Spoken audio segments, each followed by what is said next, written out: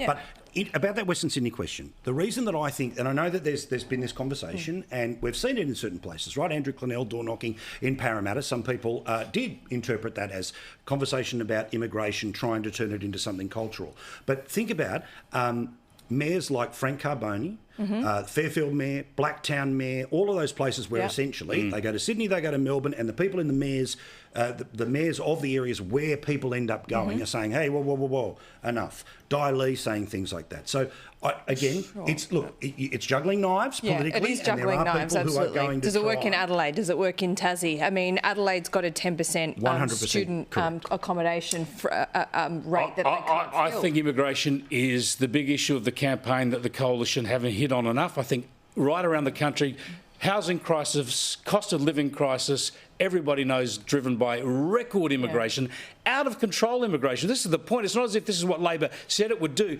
It's tens of thousands, hundreds of thousands more than their own plans.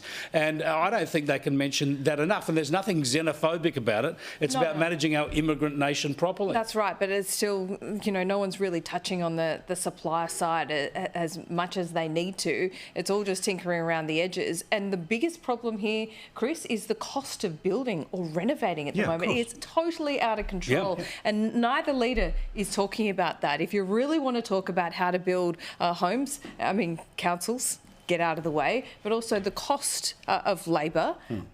There's not enough tradies coming through. Exactly. But also, so we've got all these immigrants, but no tradies coming in. Well, are the unions playing a role in that, perhaps? But is it a problem with the number of immigrants, or we're not getting the right skills? Both. They're two very separate issues. They're both, I think. If you could fix the skilled migration issue, I mean, you'd be on your way somewhere. Of course, but also I think that it speaks to what I hear in the conversation is a generational failure that we have had to tell kids it's okay to be a tradie. It's actually advantageous. It's good to be a tradie. I'm going way back to the Kim Beazley world. See how much money they're making at the moment? Yes, I which is one of the reasons. All paid plenty, and lots of watching us now. Peter Dutton has Harry out there on the campaign trail with him, saying, "I'm proud my son's a tradie." And I'll tell you, low to middle income, the instant asset write-off that Labor basically trashed down to $1,000 in the budget, then quickly, hurriedly shoved it up again for 12 months. There's a lot of tradies, ABNs, all right? And those people want the ability. So the idea of the working class only being the unionised, no. There's plenty of people out there being the subbies, being their own. Now, a poll just dropped from the Financial Review. This one is from the Freshwater organisation. At the halfway point, they say 50-50. Now, what's interesting about this is they say the primary vote of the Liberal Party is at 39, the Labor Party is at 32. But this is the even more interesting because they actually put the numbers on seats. They say the Coalition will win 9 seats at this upcoming election. Labor would lose 7, which would, of course, take it from the majority position of 76 down to 71. Now, let's imagine that is the final result. Well, obviously, guess who forms government? It'll be the current government. The nightmare scenario for Albanese is just how many he would need. Because Rebecca Sharkey, who has said Dutton gets the first crack at it, she's also said whoever has the most number of seats. That's a more stable person, but that's only 72. Then, of course, maybe Bob Cattett, that's only 73. OK, you start looking around, Helen Haynes, who's to the left, that's 74, and then we're off to Tealtown. All right, we're off to Tealtown, we're off to Greenstown. That poll, and again, you're responding to it in real time, but I mean, the maths and all that matters is the seats. And we've seen the fall that's happened when it comes to the Coalition. Obviously, the Coalition would love to win an election, but if they end up in the mid to late 60s, then it's a better 2-term option than where they've been. And for Labor, who's already pretty cocky, saying that some people say we're on our way to 80, mate, they'd go needing 7. What do you think of that poll, Laura? Well, you can't disagree with the trend. I mean, you can argue with individual polls 100%. Like Freshwater. The numbers are interesting, absolutely, but the trend has not been going Dutton and the Coalition's way since the campaign began. I've been thinking about as to why that is, and I think this debate tonight showed why in many ways. I thought Dutton was good, but he was cautious. Perhaps a bit too cautious. I mean, when he first became opposition leader, it was his era. I just want to get things done. I don't care if people love me.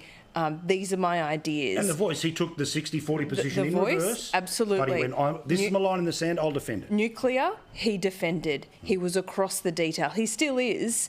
And people gave him a lot of credit for having balls to actually have a crack at something.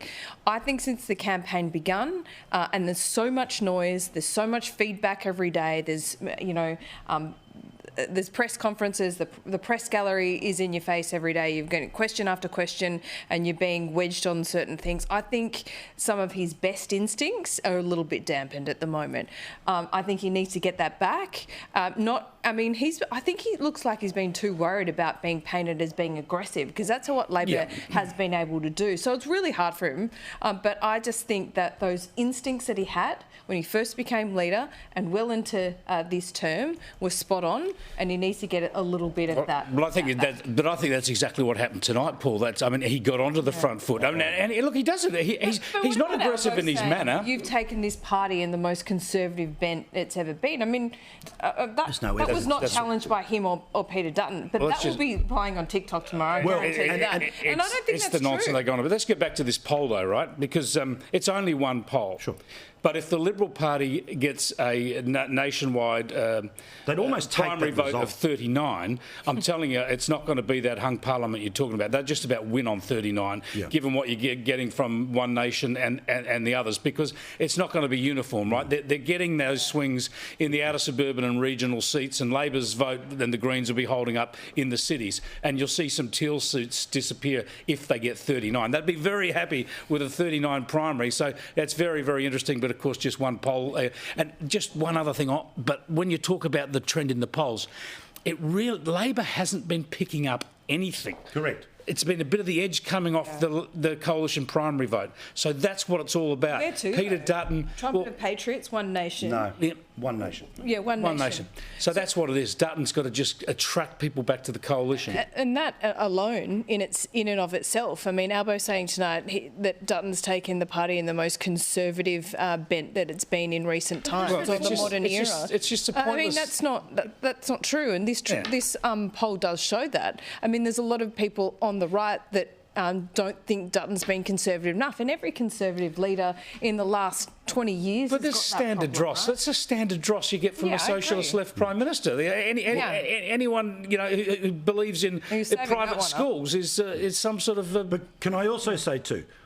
I think one of the issues that is fiddling with a lot of Liberals' heads, be it either the supporters, the advisors, or maybe even the principals, right, is the blitzkrieg on social media, I think, is giving them a distorted depiction of what people all over the country are seeing. Now, I think clearly Labor, multifaceted, hitting from every different angle. The idea that you don't even speak about what a policy is, you just play Ooga Booga music and put it with Darth Vader on it. This is a level of campaigning that I think is getting in their head a bit. And I think they do need to be reminded, as massive and important as that area is, and it ain't where everyone is. Can I just throw you one more thing about this poll? Because in real time we'll try and just again how issues are falling. It's one poll. Who knows, all right? We know where the greater trend is. We know where the polls and the bookies are, okay? Have a look at this. Because on the left-hand side in the yellow, the priority of issues. Cost of living, housing, healthcare, economy. All right.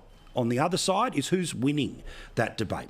Cost of living right now is 33 to Labor, 35 to the coalition, 32 with a neither. Housing is 35 to Labor, 31 to the coalition, 34, who knows. In healthcare, unsurprisingly, where the Prime Minister wants to get it, it's 42 to 31.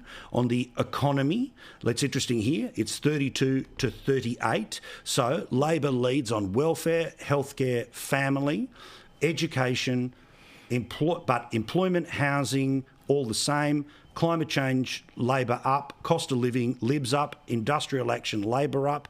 Economy, Libs up. Infrastructure, Libs up. Tax, Libs up. Immigration, Libs up, 40 to 27. Defence, 42 to 27. And crime, that issue that they all want to pretend is not in this campaign, not allowed to be discussed. Well, it hasn't been a feature, though. They don't have electricity or energy in there? At the sub-level. See, when I was, for my sins, watching, of course, the Bolt Report here on Sky News on the main computer, and on the side computer, I just happened to accidentally incidentally, see what they were doing over there on the 7:30 report. And they were showing Katie Allen going around her seat of Chisholm, or trying to get the seat of Chisholm, the former member for Menzies, and guess what came up? Crime. And it was crime from people who spoke a second language at home. So, again, what's being said at the door-to-door level, what's being done at the letterbox level, these are all things none of us see, and we'll all sit there and be surprised about as such on the night.